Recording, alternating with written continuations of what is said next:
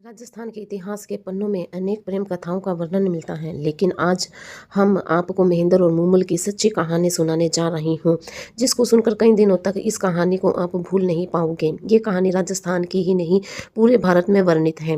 प्रेम कहानियों में सबसे अधिक प्रसिद्ध कहानी है, तो आप इस कहानी को आखिर तक इस सच्ची कहानी में मेरे साथ बने रहिएगा। और ये सच्ची कहानी है जो आपके शरीर में सरहिंद पैदा करने की शक्ति है। नमस्कार दोस्तों, मैं सुमन आपको सुनाने जा रही हूँ राजस्थान की सच्ची प्रेम कथा, और चैनल को सब्सक्राइब जरूर करना। तो राजकुमार महेंद्र जो बड़ा ही पराक्रमिक राजा था और देखने में ऊंची लंबकाठी व कद का था, सुंदर भी बहुत था। राजकुमार के चेहरे पर सुंदरता का तेज ही अलग था और इसके बारे में लिखते हुए शायद इतिहासकारों के हाथ भी कांप उठे होंगे। दरअसल दोस्तों, एक दिन महेंद्र अपने बहनोई हमीर जनेजा के साथ, जो गुजरात का शासक था, उसके साथ शिकार करने के लिए जाता है। लेकिन आज महेंद्र ने ठान रखा था कि वह आज एक खरगोश का शिकार करके ही रहे, लेकिन उन्हें खरगोश नहीं मिलता। लेकिन महेंद्र ने तो ठान रखा था कि उन्हें खरगोश का शिकार करना ही है, तो वो एक बार फिर खरगोश की तलाश में जुट जाते हैं। लेकिन खरगोश अब भी नहीं मिलता, इसीलिए वह खरगोश की तलाश करते करते क्षेत्र से बहुत दूर चले जाते हैं और राजस्थान के जैसलमेर तक पहुंच जाते हैं। तभी अचानक महेंद्र के बहनोई हमीर की नजर एक खरगोश पर पड़ती है और महेंद्र जैसे ही उस खरगोश का शिकार करने वाला होता है, अचानक ही खरगोश वहां से भाग पड़ता है। महेंद्र और अमीर खरगोश का पीछा करते करते बहुत दूर तक पहुंच जाते हैं और राजस्थान के जैसलमेर के पास काग नदी में जाकर खरगोश नदी के अंदर छलांग लगा देता है। अब महेंद्र और हमीर थक हार कर उस नदी के किनारे एक पेड़ के नीचे बैठ जाते हैं। अब अंधेरा भी होने लगा, तो हमीर महेंद्र से कहता है कि हम अपने क्षेत्र से बहुत दूर निकल आए हैं, अब तो हमें यहीं अपने रहने की व्यवस्था करनी पड़ेगी। तभी महेंद्र और हमीर दोनों आसपास ठहरने की जगह ढूंढने लगते हैं। अचानक ही उसे नदी के दूसरी तरफ एक खूबसूरत महल दिखाई देता है और अब दोनों नदी को पार करके महल तक पहुंच जाते हैं, जहां उन्हें पता चला कि महल और किसी का नहीं बल्कि लोहावड़ा की राजकुमारी मूमुल का है, जिसकी खूबसूरती की चर्चा दूर दूर के क्षेत्रों में फैली हुई है। महल में पहुंचे तो महल गुलाबों के फूलों से सजा पड़ा था और इमारत के चारों तरफ पहरेदार, आसपास सेवक सेविकाएं खड़ी थी और इस महल के चारों तरफ रौनक छाई हुई थी। इसके बाद महेंद्र महल के सेवकों को अपना परिचय देता है और बताता है कि वह अमरकोट का है। राजकुमार महेंद्र और गुजरात के शासक हमीर जनेजा हैं। हम शिकार करने के लिए आए थे, लेकिन रास्ता भटक गए हैं। अब हम यहाँ रुक कर आपके यहाँ खाना और विश्राम करना चाहते हैं। अब इसके बाद द्वारपाल उन्हें महल के अंदर ले जाता है और उनका खूब सत्कार किया जाता है, उनके विश्राम और खान पान की व्यवस्था की जाती है। अब महेंद्र और अमीर भोजन करने के पश्चात वहां से अमरकोट रवाना होने की तैयारी करते हैं। लेकिन जैसे ही वह जाने लगते हैं तो एक सेवक राजकुमारी का संदेश लेकर उनके पास पहुंचता है और कहता है कि राजकुमारी मूमल आपसे मिलना चाहती हैं, लेकिन एक साथ नहीं, अलग अलग। अब तो राजकुमार महेंद्र और बहनोई हमीर से कहता है कि आप बड़े हैं तो राजकुमार से मिलने पहले आप जाएं। हमीर को कक्ष का रास्ता बड़ा ही विचित्र लगता है। अब हमीर जैसे ही कक्ष की ओर थोड़ा आगे बढ़ता है तो वह देखता है कि उसके सामने रास्ते में शेर और मगरमच्छ जैसे अनेक खतरनाक जानवर थे और यह देखकर हमीर तुरंत ही वापस मुड़ जाता है और आकर महेंद्र को बताता है कि कैसी विचित्र महिला है जिसने अपने पहरेदार के रूप में खतरनाक जानवरों को रखा है। यह सुनते ही तुरंत महेंद्र कहता है कि मैं जाऊंगा उस राजकुमारी से मिलने के लिए, अपनी सुरक्षा के लिए इन खतरनाक जानवरों को रखा हुआ है। और वह इतना कहकर महेंद्र हाथ में तलवार लिए राजकुमारी मूमुल के कक्ष की ओर जाने लगता है।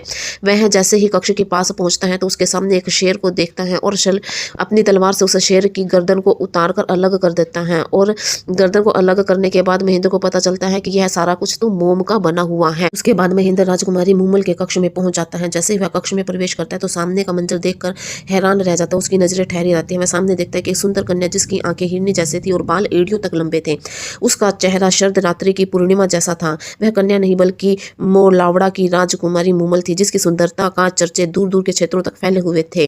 कहानी में इसके बाद जो होता है उसे सुनकर आपके शरीर के रोंगटे खड़े होने के साथ साथ आपकी रूह भी कांप जाएगी। इसके बाद उस कक्ष में खड़े महेंद्र की नजरें मूमल से हट ही नहीं रही थी, उसे देखकर विषीभूत होता जा रहा था। मूमल इतनी आकर्षित थी कि महेंद्र मूमल पर घायल हो गया और उधर मूमल भी नवयुवक को देखकर उस पर आकर्षित हो जाती है और पहली ही मुलाकात में दोनों में प्रेम हो जाता है। अब इसके बाद मूमल और महेंद्र बातें करने लगते हैं और मूमल और महेंद्र इतना एक दूसरे से चाहने लगते हैं कि वह कब रात सुबह हो जाती है उसे पता ही नहीं चलता। अगली सुबह जो महेंद्र राजकुमारी मूमुल से अमरकोट जाने की इजाजत मांगता है और मूमुल महेंद्र को रुकने के लिए कहती है और मूमुल ने महेंद्र के सामने अपने विवाह का प्रस्ताव रखती है। इतना सुनते ही महेंद्र कहता है कि वह इस प्रस्ताव को स्वीकार नहीं कर सकता, क्योंकि महेंद्र की पहले ही 6 रानियां हैं। लेकिन अब भी दोनों एक दूसरे से बिछड़ना नहीं चाहते। मूमुल ने महेंद्र से कहा कि आप एक शर्त पर यहाँ से जा सकते हैं। शर्त रखी गई कि आप हर रोज मिलने के लिए आओगे। लेकिन महेंद्र को अंदर ही अंदर एक चिंता सता रही थी, आखिर वह कैसे हर रोज अमरकोट से यहाँ आएगा। चिंता के साथ वह एक ऊँट वाले के पास पहुंचा और उससे पूछा कि क्या कोई ऐसा ऊँट है जो शाम ढलते ही अमरकोट वापस आ जाए जैसलमेर से। तो ऐसा ही एक ऊँट उसे मिला और जिस ऊँट का नाम शीतल था।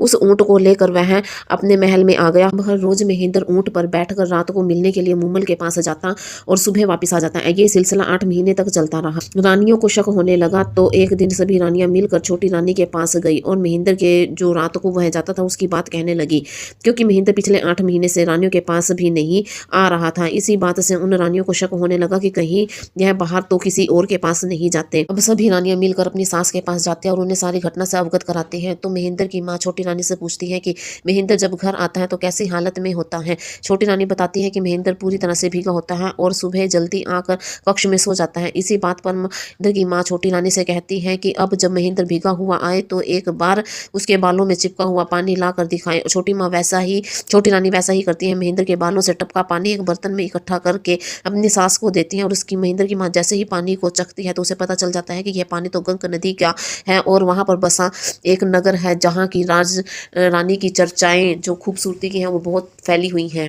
महेंद्र की माँ को सब समझ आ जाता है कि उसका बेटा रोज रात को उस क्षेत्र की खूबसूरत राजकुमारी मूमुल के पास जाता है जिसका महल कांक नदी के किनारे है। अब जब रानियों को ये पता चलता है तो वे महेंद्र को मूमुल से मिलने से रोकने के लिए एक तरकीब लड़ाती हैं और ऊँट को जहर देकर उसे मार देती हैं। उसका ऊँट शीतल मरा पड़ा देखता है तो महेंद्र चिंतित हो उठता है। वह सोचता है कि अब मूमुल के पास कैसे हर रोज जाया जाएगा। चिंता के साथ महेंद्र एक बार फिर ऊँट वाले के पास पहुंचता है और उसे कहता है कि जैसा शीतल ऊँट था उसी जैसा कोई और ऊँट हो तो मुझे दे दीजिए। तो वो ऊँट वाला कहता है कि उस जैसा तो नहीं है, लेकिन मेरे पास एक ऊँटनी है जिसे आप ले जा सकते हैं। उसकी रफ्तार भी उस शीतल ऊँट जैसी है, लेकिन उसमें एक बात है कि उस ऊँटनी के ऊपर प्रहार नहीं करना। अगर ऊँटनी के ऊपर प्रहार कर दिए तो वह अपना रास्ता भटक जाएगी और आपको भी भटका देगी। यह कहकर महेंद्र ने उस ऊँटनी को ले लिया और कहा कि ठीक है, मैं इसके ऊपर प्रहार नहीं करूंगा। मूल से मिलने की जल्दबाजी में उसने ऊँटनी पर चाबुक से वार कर दिया और ऊँटनी रास्ते से भटक गई। उधर मूमुल अपनी सखियों के साथ महेंद्र का इंतजार कर रही थी। मूमुल की बहन सुमन ने अपनी बहन का मन बहलाने के लिए पुरुष का रूप धारण कर लेती है और दोनों बहनें खेलते खेलते एक साथ ही सो जाती हैं।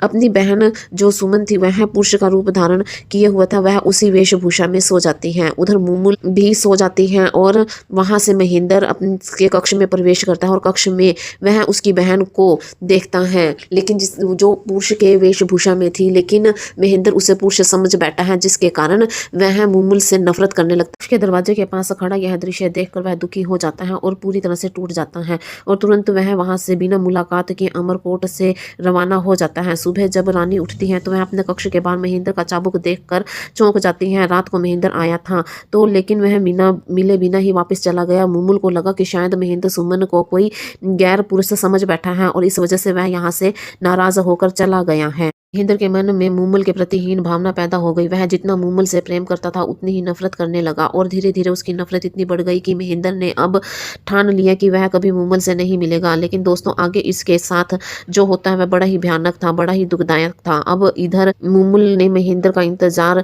महलों में करने लगी। अपनी नजरें बिछाई महेंद्र का इंतजार करती थी, लेकिन महेंद्र उसे मिलने के लिए नहीं आता था। रानी के साथ अमरकोट में जीवन व्यतीत करने लगा और धीरे धीरे समय बीतता गया, लेकिन अब भी मूमुल ने महेंद्र का इंतजार कर रही थी। इसी चिंता के चलते ही उसकी खूबसूरती भी ढल गई थी। अब उसने कई बार मूमुल के राजकुमार महेंद्र को खत भेजे, लेकिन ये खत कभी भी महेंद्र तक नहीं पहुंचे, क्योंकि रानियों ने उसके खतों को अपने पास ही रखा और राजकुमार मूमुल तक उसे भेजने ही नहीं दिया। की सब्र की सीमा टूट जाती है और इसके चलते राजकुमारी मूमुल अपने सेवकों के साथ अमरकोट प्रस्थान करती है। अब मूमुल अमरकोट महेंद्र के महल के बाहर पहुंच जाती है और अपना पैगाम महेंद्र तक पहुंचाती है। हावड़ा की राजकुमारी मूमुल उनसे मिलने खुद आई महेंद्र तक यह पैगाम पहुंचता है, लेकिन महेंद्र को अब भी मूमुल से नाराजगी थी। इसके चलते महेंद्र ये पैगाम भिजवाता है कि महेंद्र का स्वास्थ्य खराब होने के कारण वह मूमुल से नहीं मिल सकता। मूमुल को हर हाल में महेंद्र से मिलना था, इसी कारण वह यात्रिकालीन विश्राम के लिए अमरकोट में ही करती है और अगले सुबह फिर से मूमुल को पैगाम भिजवा देती है। महेंद्र का स्वास्थ्य अब कैसा है, क्या वह अब मुझसे मिलना चाहेंगे? लेकिन इस बार भी महेंद्र की तरफ से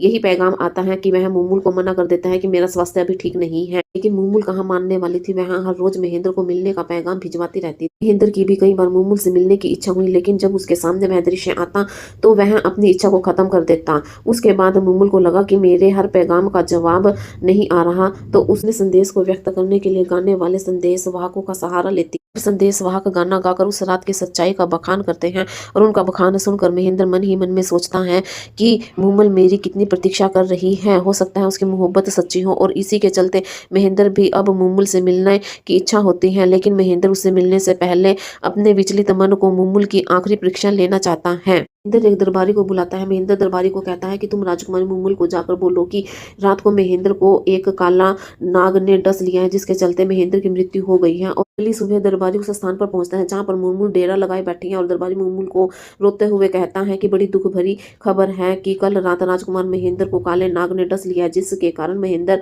की मृत्यु हो गई है। जैसे ही यह शब्द राजकुमारी मूमल के कानों में पड़ते हैं वैसे ही वह जमीन पर गिर जाती है और राजकुमारी मूमल को यह खबर सुनकर इतना बड़ा धक्का लगता है कि वह अपने प्राण त्याग देती है। और दोस्तों ये बड़ा ही दुखदायक था और वहां पर आसपास खड़े लोगों की आंखों में आंसू आ जाते हैं। इसके बाद जब महेंद्र तक यह खबर पहुंचती है राजकुमारी मूमल ने अपने इतना प्रेम करती थी कि वह अपना प्राण ही त्याग दिए, तो वह भी इस सोच में पड़ जाता है और यह सोचते सोचते उसके कब प्राण निकल जाते हैं पता ही नहीं चलता। महेंद्र भी यह सदमा सहन नहीं कर पाता और उसके कारण महेंद्र जो राजकुमार था वह भी अपने प्राण त्याग देता है। दोस्तों यह थी राजस्थान की सच्ची प्रेम कथा।